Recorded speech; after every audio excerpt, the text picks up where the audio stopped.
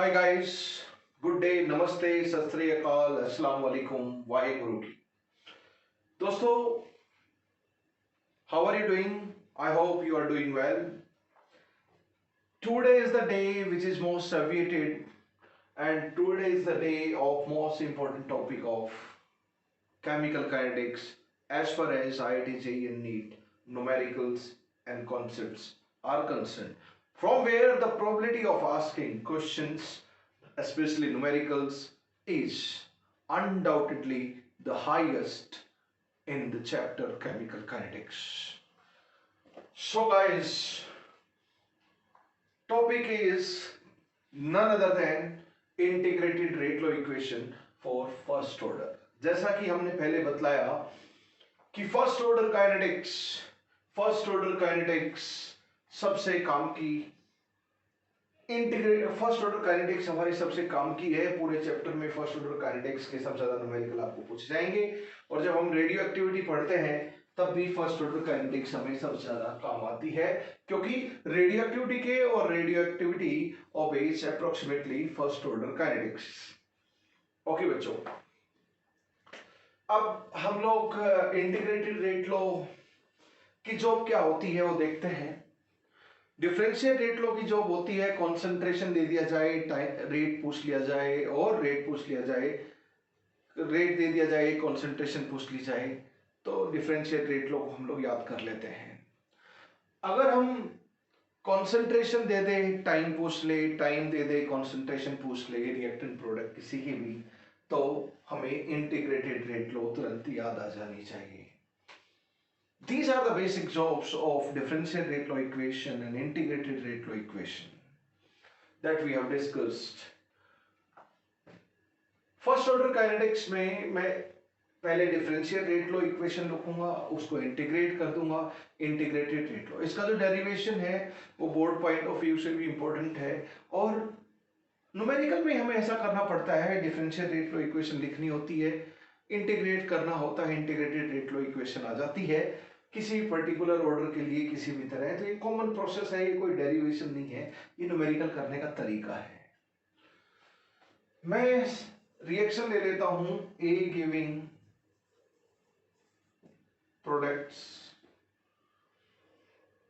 Product क्या है उनका डिटेल हम लोग नहीं ले रहे हैं, कुछ भी नहीं बोला हो तो हम कोफिशिएंट 1 लेकर चलेंगे अनलेस अदरवाइज स्टेटेड। जब भी numerical zero order, first order, second order, किसी भी ऑर्डर की इंटीग्रेटेड रेट लॉ इक्वेशन वाले न्यूमेरिकल पूछे जाएं तो आप कोफिशिएंट 1 मानते हुए रिएक्शन करोगे। इसका रेट कांस्टेंट के है।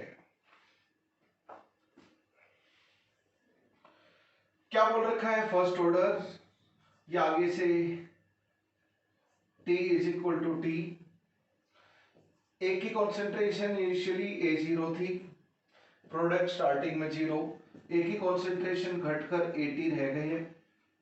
इसको अगर मैं स्मॉल ए की टर्म्स में बोलूं तो स्मॉल ए माइनस एक्स, प्रोडक्ट साइड कुछ ना कुछ हो जाएगा, डिपेंड करता है प्रोडक्ट का कोफिशिएंट क्या है। जब टाइम 0 टू टी हुआ तो स्मॉल एक्स की वैल्यू 0 टू एक्स हो गई, और ए की कॉन्सेंट्रेशन A0 टू A घटकर रह गई। इस तरह आप लिमिट देख सकते हो। क्या पक्की बात है कि R is equal to K A की पावर 1? क्यों?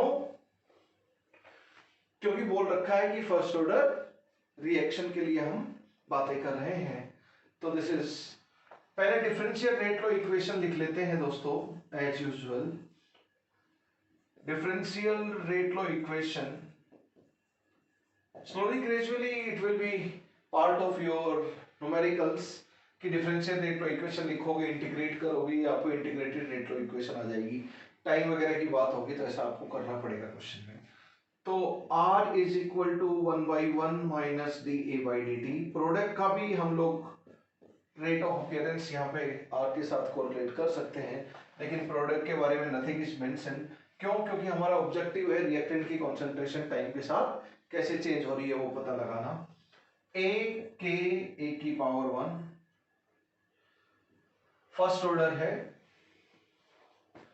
अगर मैं इंटीग्रेबल फॉर्म में लाना चाहूं तो एक तरफ डी ए रखो, जैसे dy बाई डी एक्स में एक तरफ dy रखते हैं, दूसरी तरफ dx, तो यहाँ dA बाई dt है तो एक तरफ dA रखूंगा और दूसरी तरफ dt, dA a इधर ले आता हूं, dA की साइड a वाली सारी चीजें इधर ले आऊंगा, dt की साइड t वाली सारी चीज, सारे पैरामीटर्स उधर ले आऊंगा इक्वेशन में, लेकिन -1 तो कहीं पे भी रखो तो मैं उधर रख देता हूं।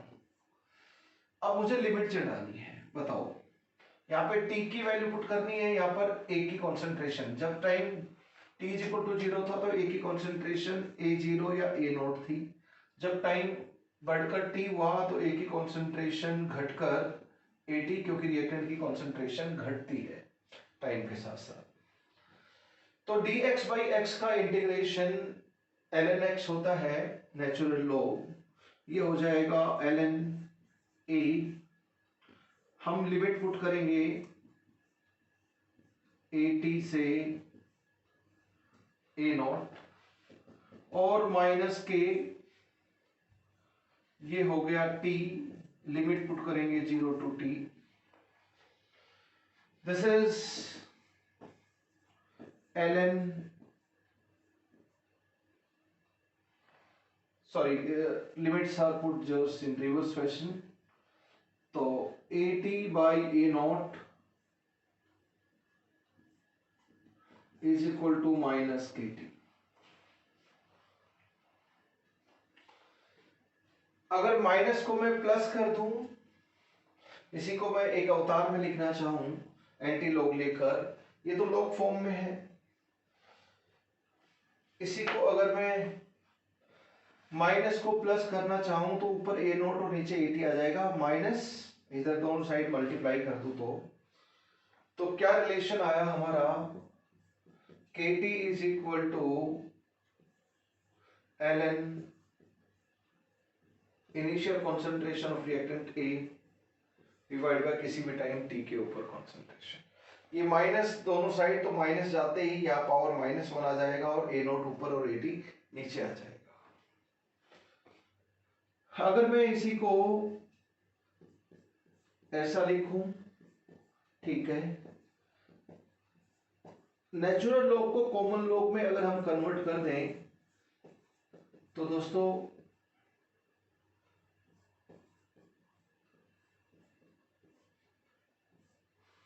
ये इक्वेशन ऐसी हो जाएगी। The most famous equation or most famous formula for entire chapter chemical kinetics is, of course, the one you are looking at. Yes, guys. पूरी केमिकल काइनेटिक्स का बादशाह है ये, सबसे ज्यादा यूज होगा। एक्चुअल में ये T क्या है, ये T-0T है, तो यहां पे एक्चुअल में तो T-0 है, स्टार्टिंग का टाइम 0, स्टार्टिंग की कॉन्सेंट्रेशन ऊपर, बाद का टाइम इधर, बाद की कॉन्सेंट्रेशन नीचे। इंटीग्रेटेड यहां T1 पुट करोगे तो AT1, T2 पुट करोगे तो AT2, T3 तो A3, अलग अलग टाइम तो रिएक्टेंट की अलग अलग कॉन्सेंट्रेशन। इंटीग्रेटेड रेट लो की जॉब क्या होती है, टाइम और कॉन्सेंट्रेशन का आपस में correlation. Integrated rate law equation की जॉब क्या होती है, टाइम एंड कॉन्सेंट्रेशन का कोरिलेशन। ओके, ये हो गया हमारा integrated rate law equation for zero order kinetics, sorry first order kinetics.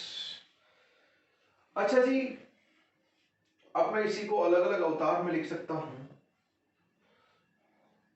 अगर मैं इस इक्वेशन को दोबारा से एक्सपोनेंशियल फॉर्म में ले जाना चाहूं तो can I right like this, at by a0 e की पावर माइनस kt, यानी कि हम लोग लिख सकते हैं किसी भी टाइम t पे रिएक्टेंट की concentration is equal to initial concentration of reactant e raise to power minus kt।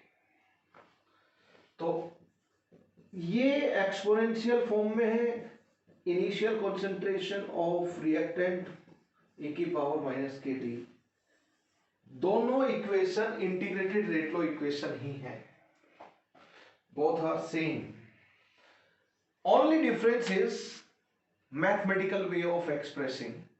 This is logarithmic form of the equation and this is exponential form of equation.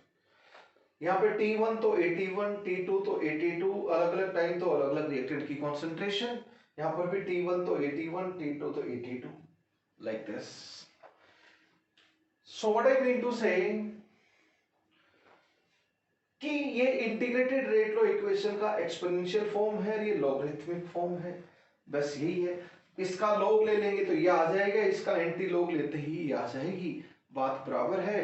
Natural log होता है तो base ई होता है, इसलिए मैंने क्या किया, anti log लिया तो यहाँ e raise to power minus kt आया। ये इंटीग्रेटेड रेट लॉ इक्वेशन हो गई। मान लीजिए स्टार्टिंग का आपको कुछ भी टाइम, अब मैं इसको ऐसे भी लिख सकता हूं, ए नोट को ए लिखूंगा और ए टी को ए माइनस एक्स लिखूंगा।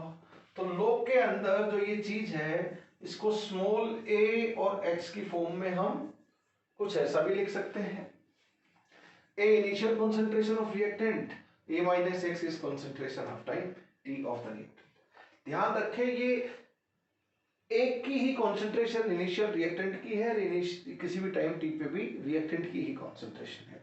ये कोई टोटल कॉन्सेंट्रेशन या प्रोडक्ट की कॉन्सेंट्रेशन ऐसा कुछ भी नहीं है लॉग के अंदर, प्लीज माइंड इट। ये हो गया exponential relation and logarithmic relation, integrated rate law equation आपकी आ गई है। मान लीजिए दो टाइम मोमेंट दे रखे हैं, स्टार्टिंग के टाइम के बारे में आपको क्वेश्चन में कोई इंफॉर्मेशन नहीं है, बाद के कोई दो टाइम दे रखे हैं, T1 तो AT1 x1 बोल दो, T2 तो AT2 x2 बोल दो। अब मान लीजिए स्टार्टिंग के बारे में बीच के कोई भी दो टाइम मोमेंट का क्वेश्चन में बात कर रखा है, तो मैं क्या कर सकता हूं, जब लिमिट T1 टू T2 चढ़ाऊंगा तो कॉन्सेंट्रेशन ऑफ ए T1 से AT2 घटकर रह जाएगी। जब यहां पर मैं लिमिट T1 टू T2 चढ़ाऊंगा तो कॉन्सेंट्रेशन AT1 से AT2 चली जाएगी।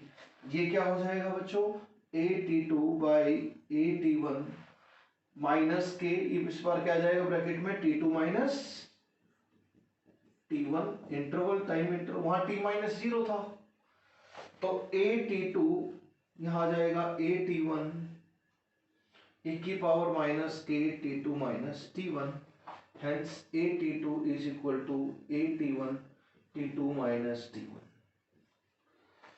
बाद वाली कॉन्सेंट्रेशन, पहले वाली concentration of reactant time interval, यहां पे क्या आ जाएगा, T2 माइनस T1 आ गया आपका, क्या आ जाएगा T2 माइनस T1, यहां AT1 यहां पर AT2 के, बस इसको कॉमन लॉग में कन्वर्ट करेंगे तो AT1 AT2 के आ गया A माइनस x1 और A माइनस x2 आ जाएगा लॉग के अंदर। इसको बोलते हैं interval integrated rate law equation. क्या बोलेंगे, इंटरवल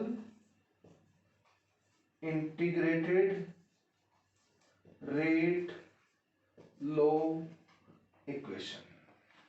वैसे एक बीच के दो टाइम मोमेंट दे रखे हैं, उनके बीच का time interval T2 minus T1 है, दो टाइम इंस्टेंट T1 और T2 है, तो ये इंटरवल इंटीग्रेट, जब स्टार्टिंग का टाइम से बात ही नहीं कर रखा, बीच के दो टाइम मोमेंट क्वेश्चन में न्यूमेरिकल में मेंशन हो, तो आप directly integrated rate law equation को याद कर लें, दैट्स ऑल।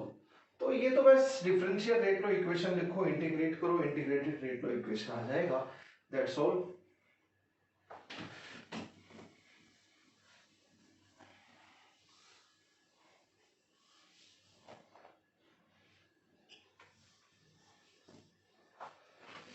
अब इसका हाफ लाइफ पीरियड T 75%, वो सब भी हम लोग डिस्कस कर लेते हैं, let us discuss all of this.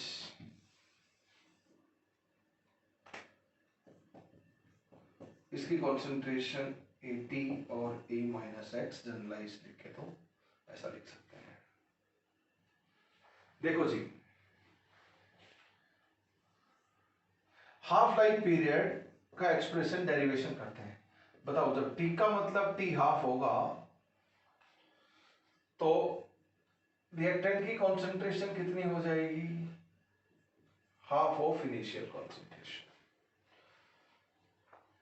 आप जानते हो इंटीग्रेटेड रेट लो इक्वेशन को हम लोग रख सकते हैं 2.303 या फिर 1/k ln a naught by AT। यही थी इंटीग्रेटेड रेट लो। इसी को लॉग लिखेंगे कॉमन लॉग तो 2.303 आ जाएगा। जब t का मतलब t हाफ है तो AT का मतलब a नॉट बाई 2 है, तो पुट कर दो definition of half life period t half is equal to 1/k ln, ये क्या हो जाएगा दोस्तों? a नॉट, ये हो जाएगा a नॉट बाई 2 डिनोमिनेटर में। तो क्या आ गया? टी हाफ गाइस ऊपर आ गया ln 2, a नॉट से a नॉट खेलने चला गया, डिवाइड बाई k। ये आपका हाफ लाइफ पीरियड आ गया फर्स्ट ऑर्डर काइनेटिक्स का। बहुत ही इंपॉर्टेंट फॉर्मूला है। ln 2 की वैल्यू 0.693 होती है,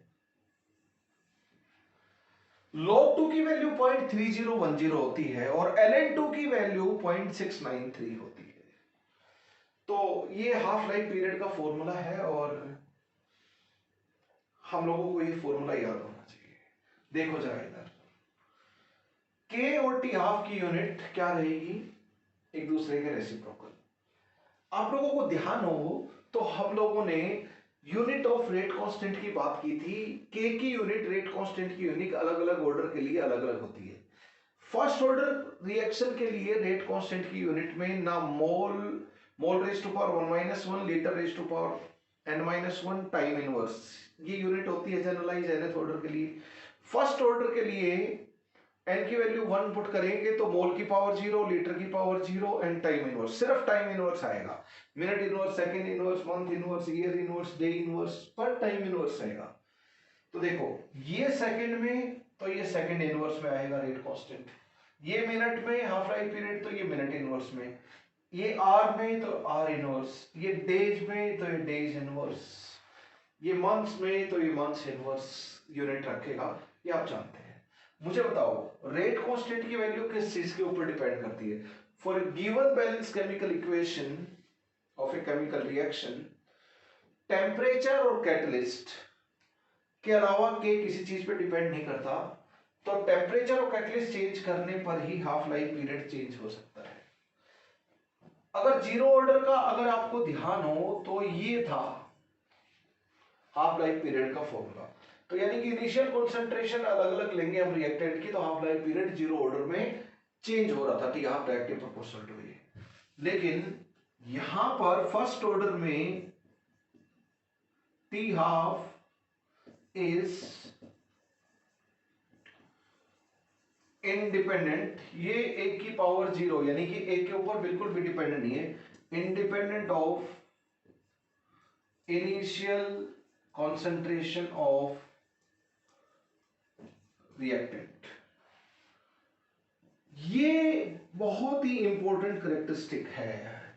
ऐसा सिर्फ फर्स्ट ऑर्डर काइनेटिक्स में होता है कि इनिशियल कंसंट्रेशन चाहे कुछ भी ले लो, हाफ लाइफ पीरियड उस इक्वेशन के लिए, उस रिएक्शन के लिए उतनी ही रहेगी, वो चेंज नहीं होगी। Half life period is not going to change. मान लीजिए 0.1 मोलर ले लिया, तो 0.1 मोलर का आधा 0.05 मोलर मान लीजिए 10 मिनट में होगा। तो जब इसका 2 मोलर लेंगे तो 1 मोलर आधा फिर से 10 मिनट होगा। इसका इनिशियल मान लीजिए 3 मोलर ले लीजिए तो 1.5 मोलर आधा कितने हो जाएगा, फिर 10 मिनट में होगा।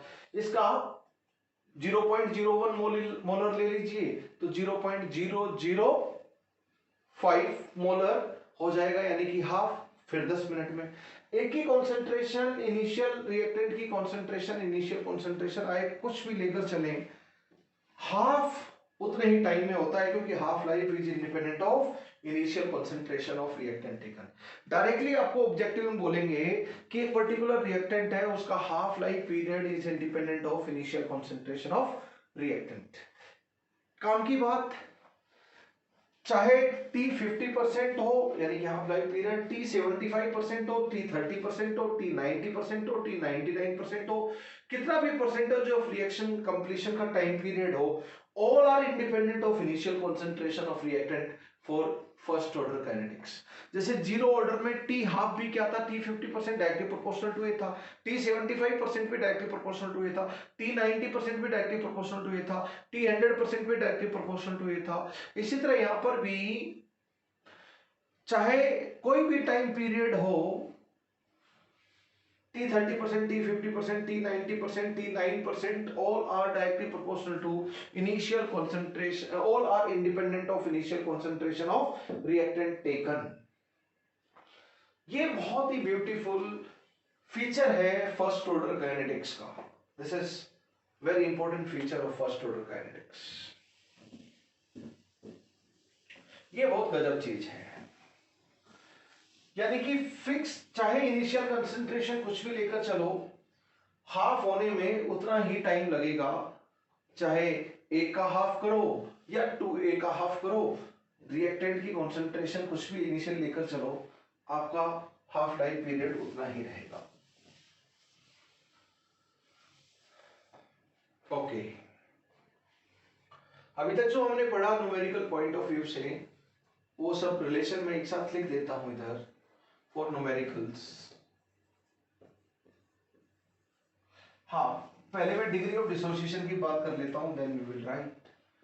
Degree of dissociation of reactant क्या था आपका, ए गिविंग प्रोडक्ट था, ये स्टार्टिंग में A0 था, अब घटकर AT रह गया। रिएक्टेंट की कॉन्सेंट्रेशन, इसको स्मॉल ए बोल देते हैं, तो इसको स्मॉल ए माइनस एक्स बोल देंगे। बताओ कितना डिसोसिएट हुआ, एक्स, इनिशियल कितना था ए।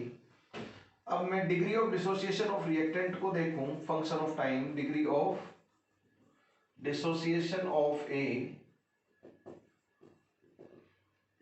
देखना चाहूं अल्फा, तो अल्फा क्या होगी बच्चों, एक्स बाई ए, कितना डिसोसिएट हो गया डिवाइड बाई कितना इनिशियल। यही डेफिनेशन होती है डिग्री ऑफ डिसोसिएशन या फ्रैक्शन डिसोसिएटेड की, कितना डिसोसिएट हुआ रिएक्टेंट डिवाइड बाई कितना इनिशियल लिया था, वही डिग्री ऑफ डिसोसिएशन है।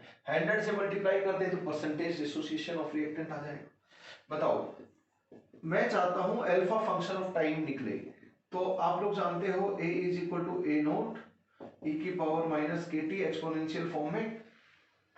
फंक्शन ऑफ टाइम निकालना है तो टाइम तो इंटीग्रेटेड रेट ऑफ इक्वेशन में आता है, तो ये मैंने लिख लिया एक्सपोनेंशियल फॉर्म में। इसको क्या लिखा जा सकता है, मुझे x और a की फॉर्म में लेके आना है, तो इसको a माइनस एक्स लिख दो और इसको a लिख दो e की पावर माइनस के टी। तो x क्या हो गया ब्रदर, 1 e की पावर माइनस के टी, तो x बाई a कितना हो गया, 1 e की पावर माइनस के टी, और उसे ही क्या बोलेंगे, अल्फा। हेंस अल्फा क्या हो गया, 1 e की power minus K T. First order, zero order में अल्फा क्या आ रहा था, अल्फा आ रहा था x is equal to K T था, तो x by A K T by A is equal to alpha. Zero order में ये आ रहा था K T by A alpha function of time, लेकिन यहां पर क्या आ रहा है, एक्सपोनेंशियली इंक्रीज हो रहा है, अल्फा की वैल्यू एक्सपोनेंशियली इंक्रीज हो रहा है रिएक्टेंट की concentration. Okay, degree of dissociation का एक्सप्रेशन ये हो गया। अब मुझे बताओ, जब कोई time taken for completion of reaction देखते हैं, देखो A is equal to A naught, time तो इंटीग्रेटेड रेट ऑफ इक्वेशन हम बिंदास यूज करेंगे, एक्सपोनेंशियल फॉर्म में यूज कर लेते हैं। देखो एक चीज, कब, when t is equal to t 100%, जब रिएक्टेंट 100% कंप्लीट हो गया, या t and concentration of reactant कितनी हो जाएगी उस टाइम पे, 0। यहां पे पुट करो ये condition, 0 is equal to A naught e की पावर माइनस के टी।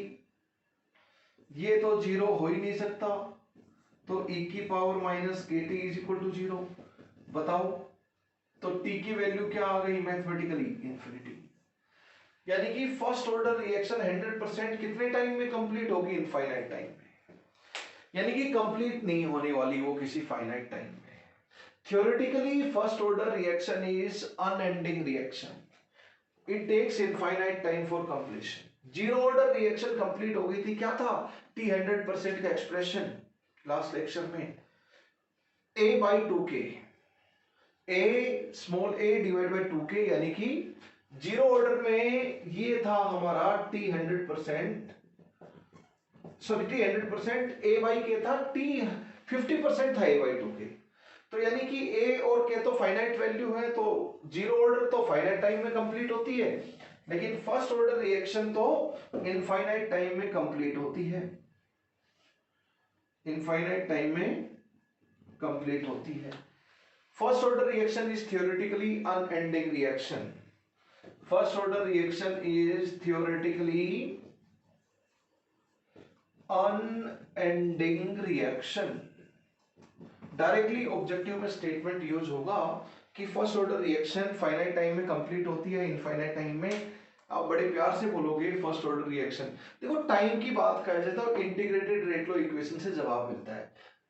ध्यान हो या नहीं हो, integrated rate law equation most famous formula of chemical kinetics, तो ध्यान है ना। ये लॉगरिथमिक फॉर्म में होगी, इंटीग्रेटेड एक्सपोनेंशियल फॉर्म में होगी। लॉगरिथमिक फॉर्म में क्या हो जाएगी? k is equal to 2.303 divide by t log a naught by a t। तो दोनों इक्वेशन से आप मैथमेटिकली वेरीफाई कर सकते हो कि रिएक्टेंट जीरो कब होगा, 100% कंप्लीट कब हो जाएगा, प्रोडक्ट में कब चला जाएगा रिएक्टेंट 100%, जब t is equal to infinity होगा। Just like mathematically we have seen how it is t is equal to infinity when first order reaction gets complete. अब हमने जो भी अभी तक मैथमेटिकल रिलेशन पढ़े उनका एक बार न्यूमेरिकल के लिए सिनॉप्सिस कर लेते हैं। 4 न्यूमेरिकल्स। किसके न्यूमेरिकल भाई साहब? First order reaction, first order reaction A giving product, coefficient 1 है। पहली चीज first formula R is equal to K A की पावर 1, जिस टाइम की A उसी टाइम का रेट ऑफ रिएक्शन। ये इनिशियल कॉन्सेंट्रेशन है तो ये इनिशियल रेट हो जाएगा पावर 1, क्योंकि फर्स्ट ऑर्डर है। ये तो डिफरेंशियल रेट लो इक्वेशन होगी। इंटीग्रेटेड रेट लो इक्वेशन क्या है आपकी? k is equal to 2.3 logarithmic form. Calculation log में करना आसान होता है, यू पीपल नो इट। तो लॉगरिथमिक फॉर्म ज्यादा काम आएगी जो अभी मैं लिख रहा हूं।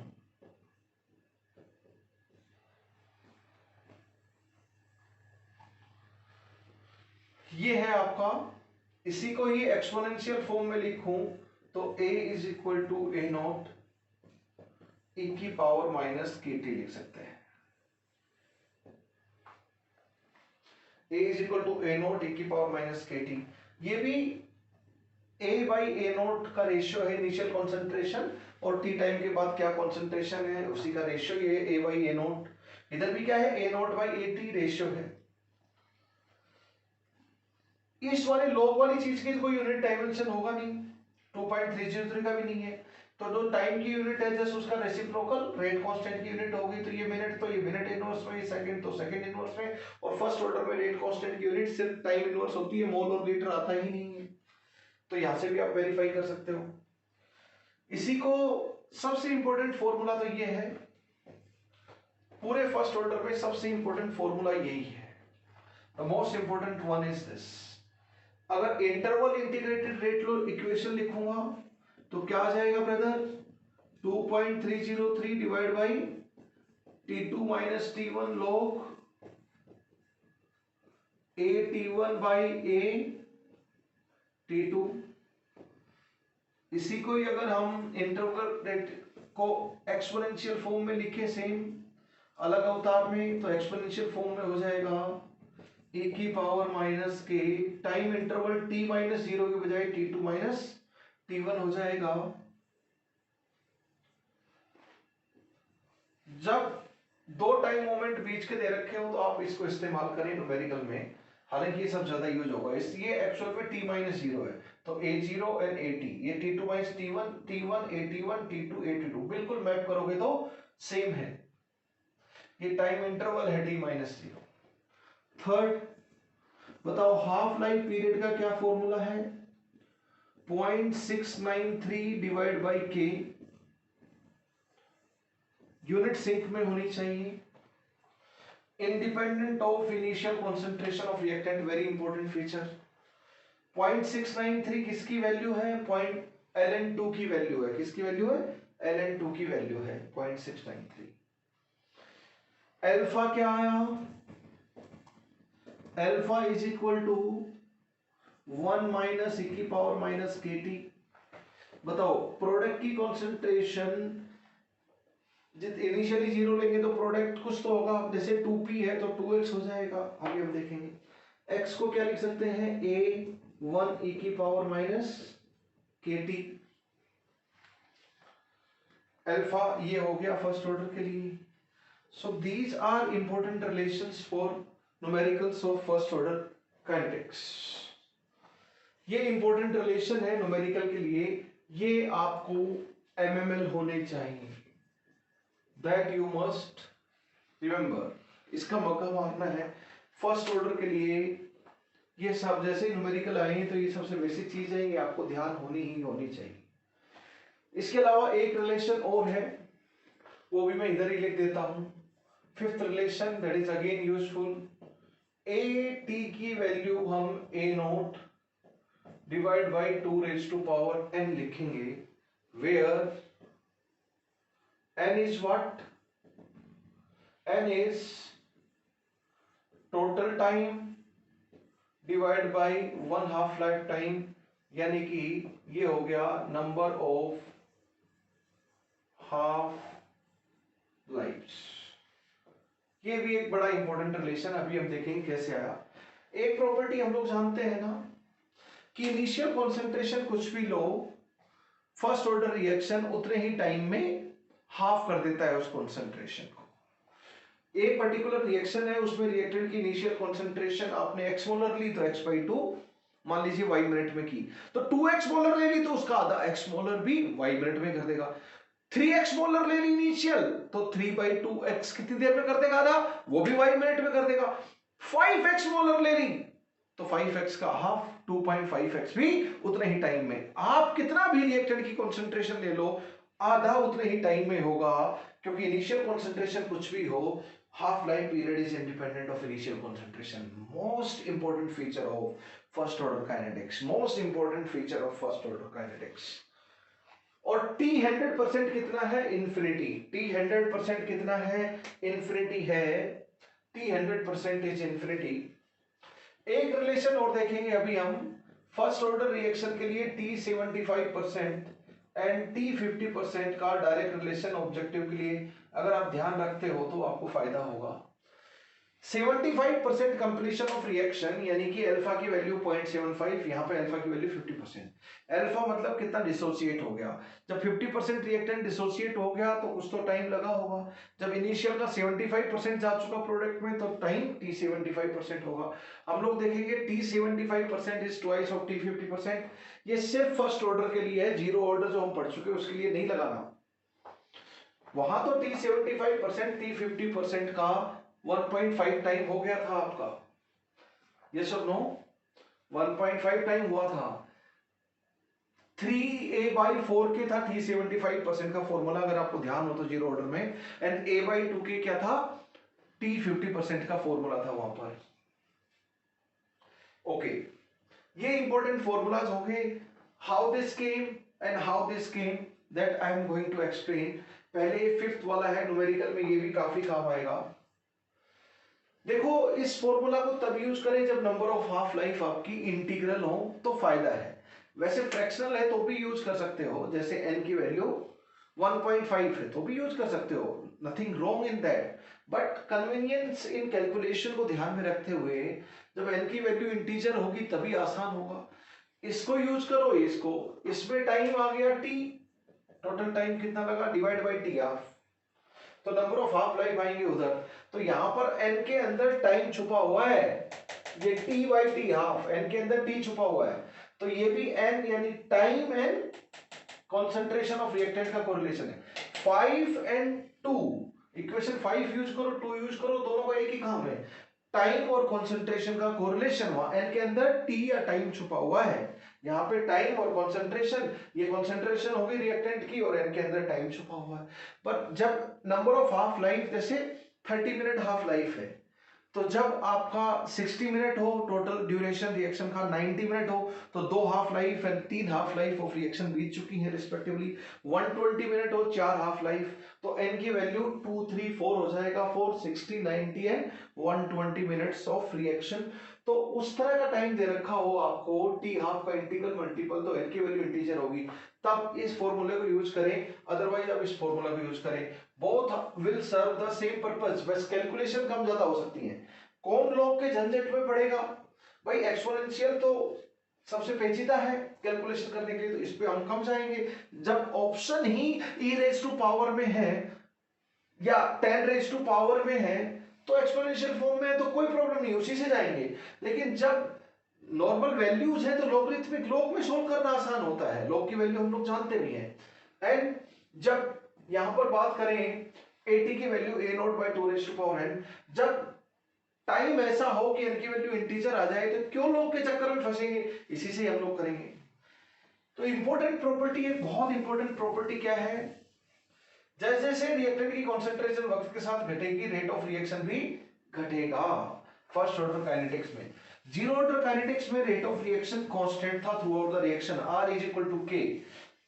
मैंने बोला था रेट ऑफ रिएक्शन कांस्टेंट मात्र जीरो ऑर्डर रिएक्शन में रहता है थ्रू आउट द रिएक्शन, बाकी सब ऑर्डर वाली रिएक्शन में rate constant of reaction change होता है, sorry rate of reaction change होता है एज रिएक्शन प्रोग्रेसेस। जैसे यहाँ पे A घट रहा है तो R भी घटेगा फर्स्ट ऑर्डर काइनेटिक्स में। अच्छा जी, अब देखो A गिविंग प्रोडक्ट, ये वाली रिएक्शन स्टार्टिंग में A नोट ले लेता हूं,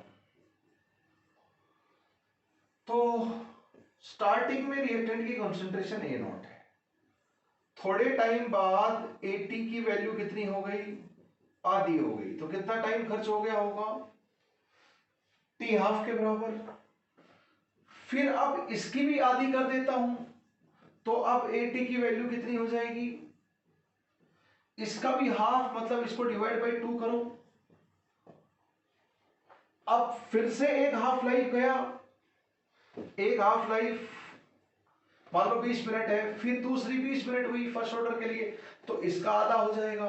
कितना भी इनिशियल इतना ले लिया तो उसका आधा भी उतने टाइम में होगा, इनिशियल इतना लिया तो उसका आधा भी 30 मिनट में होगा।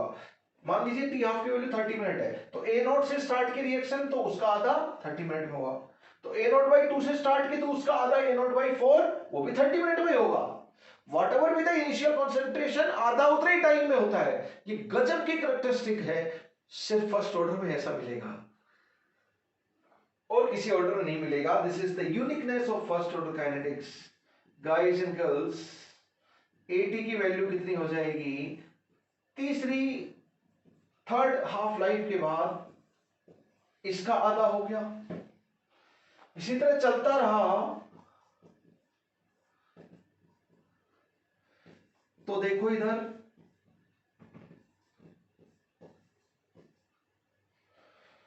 बताओ, एक टी हाफ तो 2 की पावर 1 हो गया, एक और एक 2 टी हाफ बीती, 2 हाफ लाइफ पीरियड तो 2 की पावर 2 हो गया, 1 2 3 हाफ लाइफ पीरियड तो एटी की वैल्यू कितनी हो गई, A nought 2 raised power N half life बीतेंगी तो ए नॉट भाई, यानी कि टी हाफ की वैल्यू यहाँ x मिनट है तो सब जगह टी हाफ की वैल्यू x मिनट ही होगी, क्योंकि half life period is independent की स्टार्टिंग कहां से की, ए नॉट बाई 2 का आधा करना है तो कर दो, उतना ही टाइम लगेगा। टी हाफ की वैल्यू यहाँ पे x मिनट है तो यहाँ पे भी x मिनट होगी, यहाँ इसका आधा होकर इतना हो जाएगा, वो कब होगा, x मिनट पे ही होगा। तो ये सब टी हाफ क्या है, बराबर है।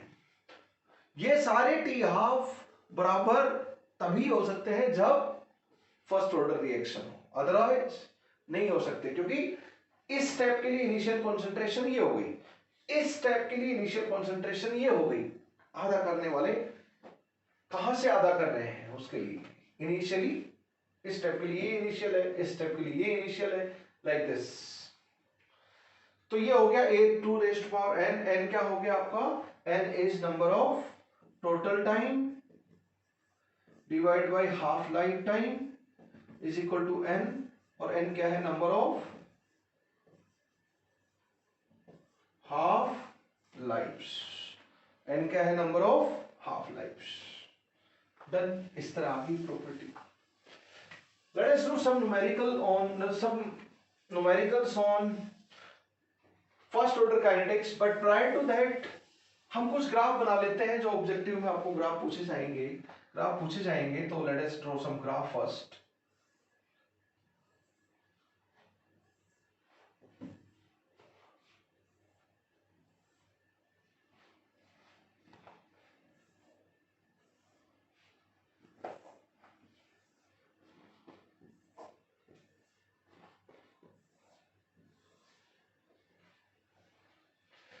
सारे ग्राफ किसके लिए बनाने हैं, 1a गिविंग प्रोडक्ट, तो ये है a0 t is equal to T पे a माइनस एक्स, तो ये प्रोडक्ट हो जाएगा x। ये क्या है, प्रोडक्ट की कॉन्सेंट्रेशन, ये क्या है, रिएक्टेंट की कॉन्सेंट्रेशन, ये क्या है, initial concentration of reactant. Okay, सबसे पहले मैं आपको बोलूंगा कि भाई बताओ concentration of reactant A time के साथ कैसे चेंज हो रहा है। फिर मैं आपको बोलूंगा भाई रेट ऑफ रिएक्शन टाइम के साथ कैसे चेंज हो रहा है, उसका ग्राफिकल इंटरप्रिटेशन देखना है हमें ग्राफ बनाकर। पहले ग्राफ तो बनाएं, फिर मैं आपको बोलूंगा बताओ ln a वर्सेस t का ग्राफ कैसा है। फिर मैं आपको बोलूंगा बताओ बच्चों log of a versus time का ग्राफ कैसा है। देन आई विल से बताओ x वर्सेस टाइम का ग्राफ कैसा है। फिर मैं बोलूंगा अल्फा वर्सेस टाइम का ग्राफ कैसा है। फिर मैं बोलूंगा t 50% versus initial concentration of reactant का ग्राफ कैसा है। वो से ग्राफ हम लोग और भी ग्राफ बना सकते हैं। Late us draw this first. देखो a वर्सेस t का बिना इक्वेशन, सबके लिए इक्वेशन चाहिए। अब पता है कॉन्सेंट्रेशन और टाइम का correlation, integrated rate law equation. मैं एक्सपोनेंशियल फॉर्म में लिख रहा हूं, चाहे डिफरेंशियल फॉर्म में लिखो। बताओ y is equal to k1 e की पावर माइनस k2 x का ग्राफ कैसा होता है, अगर आपको ध्यान हो तो y वर्सेस x में k1, तो दिस इज ऐसा ग्राफ रहता है, इसका ग्राफ एक्सपोनेंशियली डिक्रीजिंग। तो ये एक्सपोनेंशियली डिक्रीजिंग ग्राफ है। तो जनरलाइज ग्राफ कहां से कहां तक रहेगा,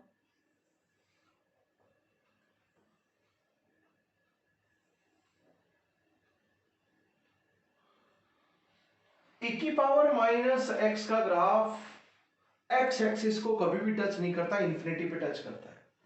अब ये ग्राफ तो इधर से आएगा चलता हुआ, पर मैंने उधर का टाइम कभी नेगेटिव नहीं हो सकता, तो इधर का ग्राफ मैंने हटा दिया ऑटोमेटिकली।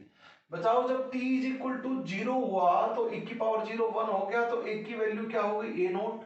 तो ये पॉइंट कौन सा हो गया, इनिशियल कॉन्सेंट्रेशन a नोट, और धीरे धीरे घट रहा है exponentially. This is the equation. मैं बोलता हूं रेट का टाइम के साथ कोरिलेशन। रेट क्या होता है बच्चों, के ए। बताओ ए को क्या लिख सकता हूं, ए नोट e की पावर माइनस के टी, ऐसे लिख सकता हूं। R is equal to K A naught e की पावर माइनस के टी। देखो जरा, R को मैं R नोट e की पावर माइनस के टी लिख सकता हूं क्या, can I right like this? अरे भाई ये है फर्स्ट ऑर्डर में, ये है फर्स्ट ऑर्डर में, बताओ अगर मैं यहां पर टी लिखूं तो यहां पर भी टी, यहां पर जीरो तो यहां पर भी जीरो, तो ये के ए नोट क्या आ गया? आर नोट ही है, और क्या है? ये इक्वेशन आ गई, इससे आप बना सकते हो भाई ये a is equal to A naught e की power minus r is equal to r naught e की पावर माइनस kt, बिल्कुल सिमिलर तो ग्राफ है, रेट कभी नेगेटिव नहीं हो सकता, तो ग्राफ तो ऐसे आएगा एक्सपोनेंशियली डिक्रीजिंग, लेकिन हम ग्राफ तो नेगेटिव तो रेट ले नहीं सकते, तो हम एक्सपोनेंशियली डिक्रीजिंग 0, r नोट से स्टार्ट करेंगे और एक्सपोनेंशियली कहां पर जाकर जीरो होगा? ये एक्स एक्सिस को कभी टच करेगा? नेवर, फाइनाइट टाइम पे कभी टच नहीं करेगा, it will take infinite time. एक की रिएक्टेंट की कॉन्सेंट्रेशन कब जीरो होगी? इंफिनिटी पे, क्योंकि e की power minus x exponential decreasing graph कभी जीरो नहीं होता, इंफिनिटी के ऊपर जीरो होता है। तो रिएक्टेंट जीरो कब होगा? कब रिएक्शन खत्म होगी? जब रिएक्टेंट जीरो होगा। कब होगा? इंफिनिटी में। तो रिएक्टेंट की कॉन्सेंट्रेशन एक्सपोनेंशियल डिक्रीज हो रही है, रेट भी एक्सपोनेंशियली डिक्रीज हो रहा है। ln a वर्सेस t, इसको मैं रब कर देता हूं। ln a वर्सेस t का ग्राफ अगर हम देखें, देखो हम लोग जानते हैं a वर्सेस t का ग्राफ कुछ ऐसा इक्वेशन है। मैं a नहीं चाहिए, मुझे ln a चाहिए, तो दोनों तरफ नेचुरल लॉग ले लेता हूं, तो हर बच्चा बहुत आसानी से कर सकता है। ln a naught minus K T E की power minus K T E raise to ln लेंगे दोनों साइड, तो e बेस है तो माइनस के टी रहता है। ये आपका x है, ये आपका y है, tx और ln a y। Comparing with y is equal to mx, तो ये आ गया x, ये हो गया y, ln a naught minus के, बताओ स्लोप तो आपका नेगेटिव हो गया, ये कितना हो सकता है? ln a नोट की वैल्यू जीरो, पॉजिटिव, नेगेटिव, कुछ भी हो सकती है, दिस कैन बी एनीथिंग। जैसे इनिशियल कॉन्सेंट्रेशन 1 मोलर ले तो ln 1 यानी कि y इंटरसेप्ट जीरो स्टार्ट होगा यहां से। मैं बोलूंगा a नोट की वैल्यू ग्रेटर देन 1 तो ln a नोट पॉजिटिव होगा, और a नोट की वैल्यू लेस देन 1 मोलर, जैसे 0.1 मोलर ले लूं तो ये क्या हो जाएगा? ln a note less than 1, तो ln लेस देन 1 की वैल्यू का लोग क्या होता है? नेगेटिव होता है, आप लोग जानते हैं। मैं पॉजिटिव वाली वैल्यू ले लूं तो y इंटरसेप्ट मेरा पॉजिटिव हो गया और स्लोप क्या हो गया? नेगेटिव, गिरती हुई लाइन हो गई। This is the graph. What is the tan theta guys? tan theta is minus के दिस कोमा 0 कोमा c, और c की वैल्यू कितनी है गाइस? ln a note. इस बार मैंने log a ले लिया, क्या करूं? दोनों साइड ln x को क्या लिख सकता हूं? 2.303 log x, तो इसको क्या लिखूंगा मैं? 2.303 log, ये भी हो जाएगा 2.303 log, ठीक है। थ्रू आउट 2.303 से अगर मैं डिवाइड कर दूं तो यहां से गायब हो जाएगा 2.303, यहां से गायब हो जाएगा। अब मेरा y क्या है? log a, और x क्या है? t। ये हो गया, इस बार स्लोप क्या हो गया? माइनस के डिवाइड बाय 2.303। अगेन मैं a note initial concentration greater than 1 molar ले, तो यहां देख रहा हूं। देखो ऑब्जेक्टिव क्वेश्चन में आपको तीन ग्राफ दे सकते हैं, एक y इंटरसेप्ट पॉजिटिव लेते हुए negative slope, y intercept zero लेते हुए इधर से आएगी लाइन, और ये नीचे तो y इंटरसेप्ट नेगेटिव लेते हुए इधर, ऐसी तीन लाइन बन सकती है। कब? जब a नोट की वैल्यू ग्रेटर देन 1 है तो ये होगा positive y intercept, a note की वैल्यू इनिशियल कंसंट्रेशन 1 मोलर ले लें तो ln 1 जीरो होगा, लेस देन 1 ले लें a नोट तो यहां से स्टार्ट होगा, पर सबका स्लोप तो माइनस के था, माइनस के था, और के पॉजिटिव होता है तो माइनस के नेगेटिव रहेगा, इसलिए स्लोप तो नेगेटिव ही रहेगा, यानी कि नेगेटिव स्लोप की लाइन मतलब ऐसी लाइन। तीनों के तीनों एक ग्राफ ऑप्शन में दे सकते हैं, बच्चों को आदत पड़ी रहती है यहीं से स्टार्ट करने की, ऊपर से नहीं। ए नोट की वैल्यू कुछ भी हो सकती है, तो ओरिजिन से स्टार्ट होकर नीचे की तरफ जा सकता है ग्राफ। ऐसा आईआईटी में करके पूछा था, बच्चों को वही आदत है क्योंकि बुक में वही बनी रहती है। तो you must be able to analyse the things. अभी एक साल पहले आईआईटी में ये चीज पूछी थी। सेम फंडा की वैल्यू हम आगे पीछे कर दे तो ग्राफ ऐसे से वैसा चेंज हो जाएगा। ए वर्सेस टी, तो इसका ग्राफ बिल्कुल वैसा ही होगा, nothing to worry about this. इस बार टेन थीटा की वैल्यू क्या आ गई देखो बच्चों उधर, माइनस के डिवाइड बाई 2.303, और ये 0, सी, और सी की वैल्यू बताओ बच्चों, लोग ए नोट। एक्स वर्सेस टी बताओ भाई, इक्वेशन तो बताओ, एक्स क्या है, e की पावर माइनस के टी। क्या होता है इसका graph, exponentially increasing graph, all of us know it. Alpha क्या है, 1 माइनस के टी। ये बिल्कुल कैपेसिटर में जैसे चार्जिंग और डिस्चार्जिंग का, चार्जिंग और डिस्चार्जिंग की जो इक्वेशन होती है, चार्ज किस तरह कैपेसिटर बढ़ रहा है और घट रहा है, बिल्कुल उसी तरह का ही ग्राफ है। देखो तो एक्सपोनेंशियली वहां पर भी डिक्रीज और इंक्रीज होती है। तो e की पावर क्या होगा, अगेन यहाँ पे t की वैल्यू 0 पुट करो, t की वैल्यू 0 पुट करो, e की पावर 0 हो गया 1, 1 माइनस 1 0, तो alpha is equal to t 0, तो अल्फा भी 0 और एक्सपोनेंशियली इंक्रीज करेगा। t 50% और a, सबको एक बहुत ही ब्यूटीफुल रिलेशन पता है। यहां तो a आ ही नहीं रहा, यानी कि 50% 0, ln2 बाई के, और ln2 की यही वैल्यू तो होती है ln2 0.693। तो दोस्तों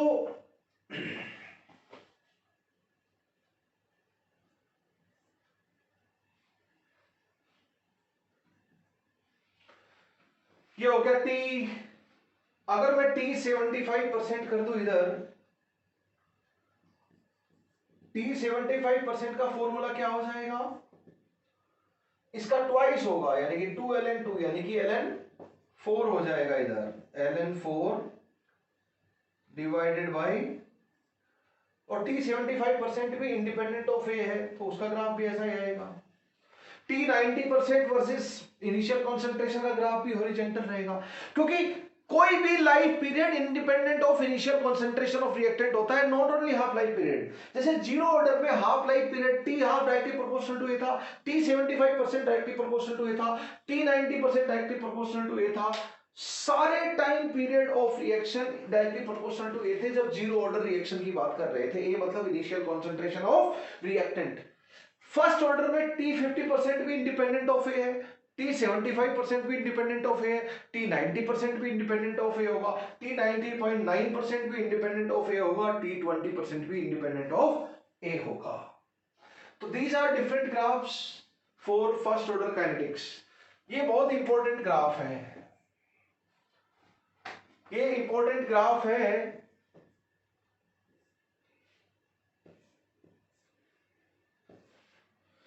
ये चीज आईआईटी में पूछ चुके हैं,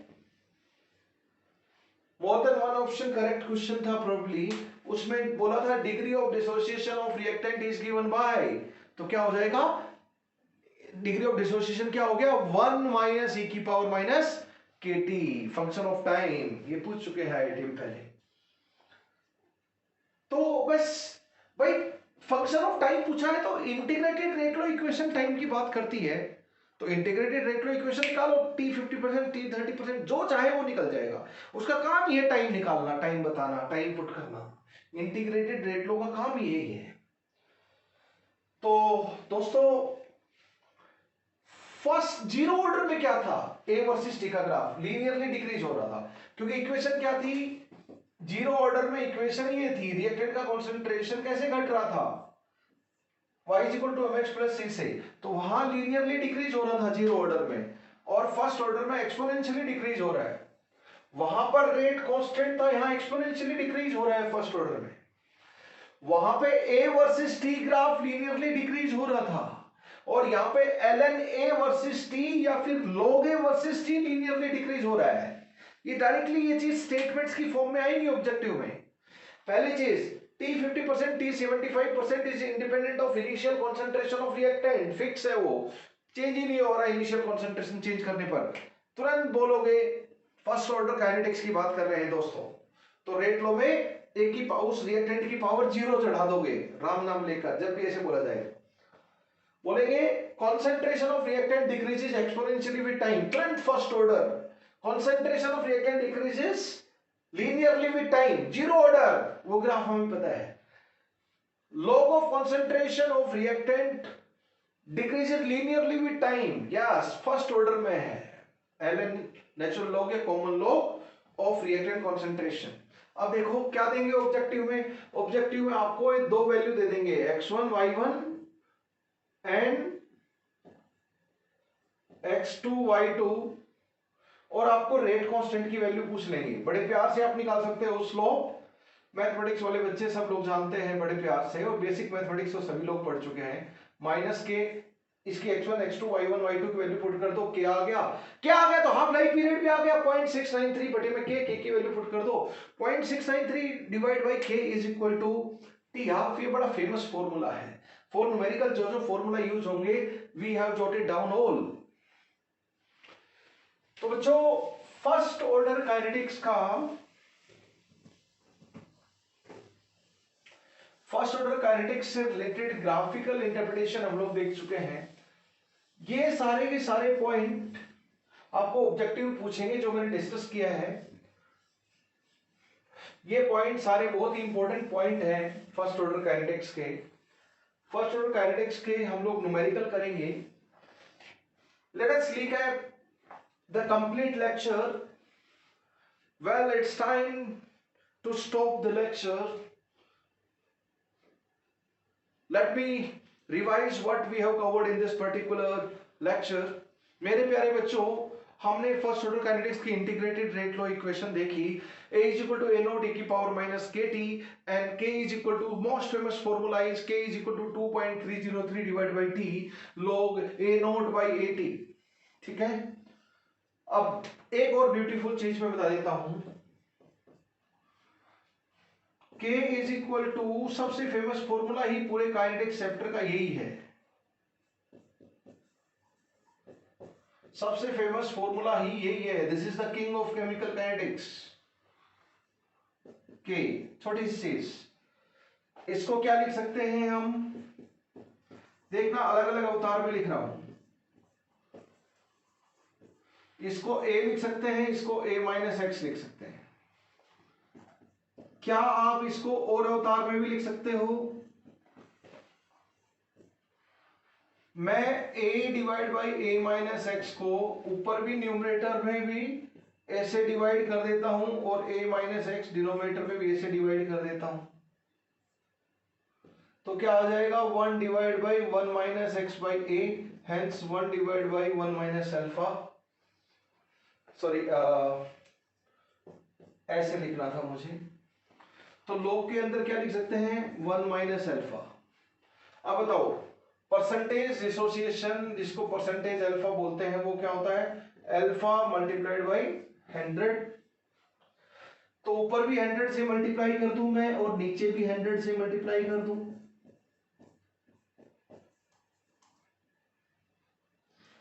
अगर ऊपर भी 100 से मल्टीप्लाई कर दूं और नीचे भी 100 से मल्टीप्लाई कर दूं, तो ये वाला 100 अल्फा क्या आ जाएगा, 100 मल्टी अल्फा परसेंटेज डिसोसिएशन, ये क्या आ जाएगा परसेंटेज, ये क्या है percentage of reactant dissociated, percentage dissociation of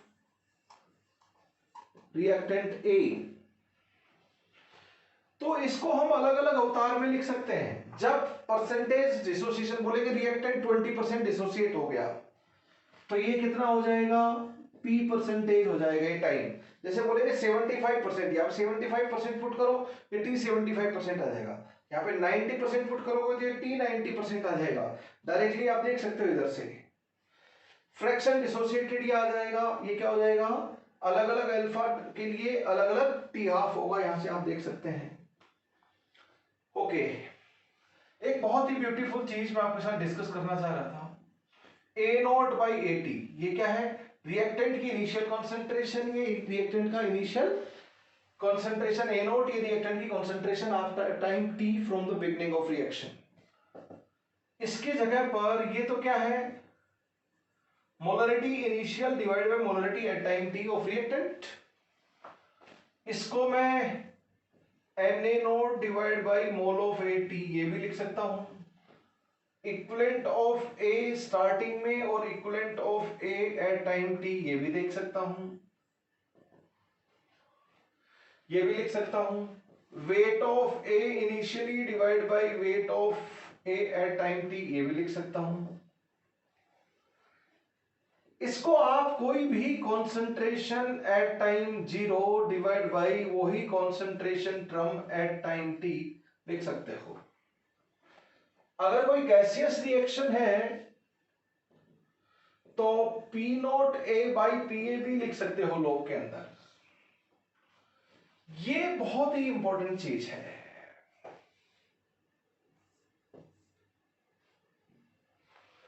अब क्या होगा, बच्चों को क्या प्रॉब्लम होती है, ए नोट बाई ए टी।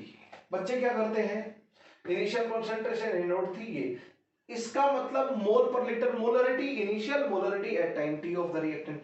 ये रिएक्टेंट की ही कॉन्सेंट्रेशन है, टी इज इक्वल टू 0 पे, T is equal to T पे।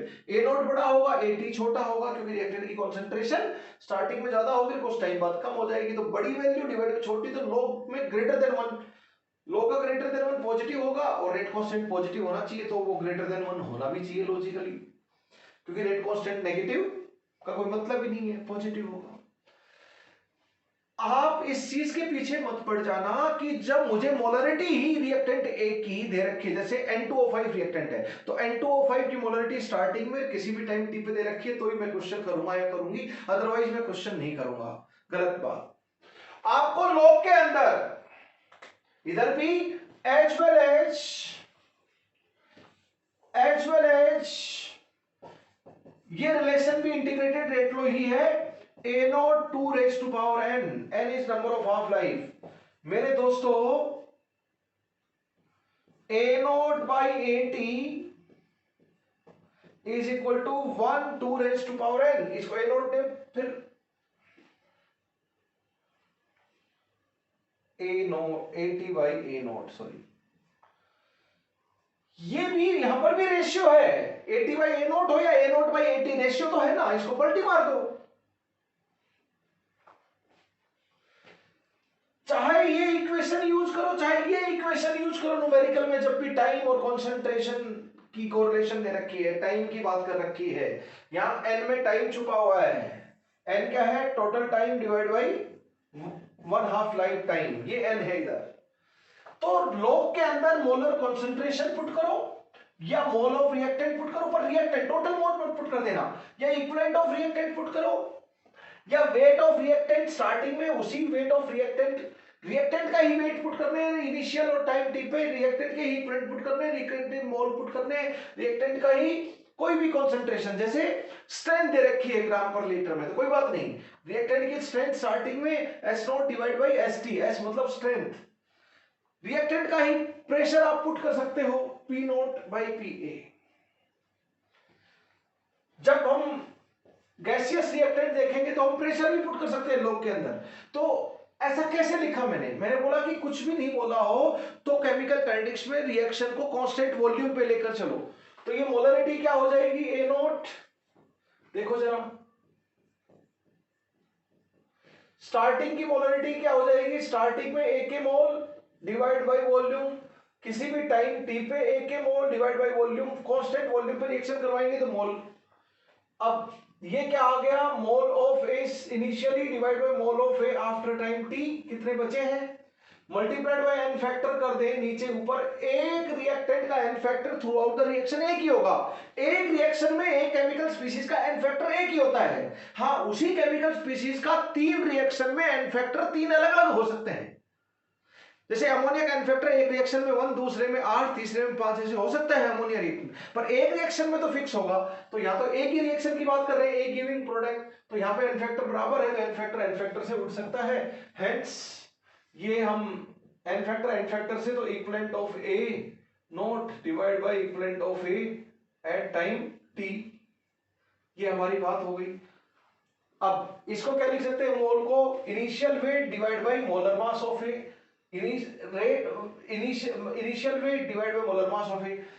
अब का weight divide by molar mass तो रिएक्टेंट का वही होगा, जैसे रिएक्टेंट अमोनिया है तो 17 ग्राम पर मोल, तो वो थोड़ी चेंज होगा, एमएम कैंसिल हो जाएगा तो मास का रेशियो, मोल का रेशियो, इक्विवेलेंट का रेशियो, मोलरिटी का रेशियो। प्रेशर, अब गैस के लिए प्रेशर कैसे, पीवी इक्वल टू एनआरटी जानते हो, उसको इस अवतार में लिख लूं, मोल वॉल्यूम लीटर में लिख दे, तो यही क्या है आपका कॉन्सेंट्रेशन ऑफ ए, आरटी है, मोल ऑफ आरटी है, पार्शियल प्रेशर ऑफ ए। तो व्हाट आई मीन टू से, जब कांस्टेंट टेम्परेचर तो फिक्स रहता ही है रिएक्शन के दौरान, हम बाय डिफॉल्ट जब तक नहीं बोला हो पूरी केमिस्ट्री में यही करते आ रहे हैं। तो जो कॉन्सेंट्रेशन ये ए नोट तो ये पी नोट ए, ये 80 तो ये पी 80, तो यानी कि ए नोट बाई 80 का ratio P nought A by P A लिख सकते हैं हम। पी ए मतलब किसी भी टाइम टी पे concentrate, P A nought and P A T, पर रिएक्टेंट का ही पार्शियल प्रेशर होना चाहिए, रिएक्टेंट प्रोडक्ट गैसियस हो, टोटल प्रेशर पुट कर दोगे लोग के अंदर तो गड़बड़, ये P nought A by P आएगा। Message I want to convey is, log के अंदर सिर्फ मोलर कंसंट्रेशन है तो ही आप वैल्यू पुट करोगे, अदरवाइज नहीं करोगे, फॉरगेट इट। लॉग के अंदर अल्फा भी हो सकता है, लॉग के अंदर परसेंटेज एसोसिएशन भी हो सकती है, लॉग के अंदर मोल का रेशियो, मोलरिटी का रेशियो रिएक्टेंट के ही होंगे, रिएक्टेंट का पार्शियल प्रेशर इनिशियली, रिएक्टेंट का partial pressure after time T, ये सब रिएक्टेंट के ही होंगे लॉग के अंदर, क्योंकि रिएक्टेंट की कॉन्सेंट्रेशन है। पर मोल की बजाय, मोलरिटी की बजाय मोल, इक्विवेलेंट, रिएक्टेंट के कुछ भी दो टाइम के कॉरस्पॉन्डिंग पुट कर सकते हो। Okay guys, thank you very much. It is time to stop this lecture right now. Well, let us stop here guys and girls. Thank you very much. Jai Hind, Jai Bharat.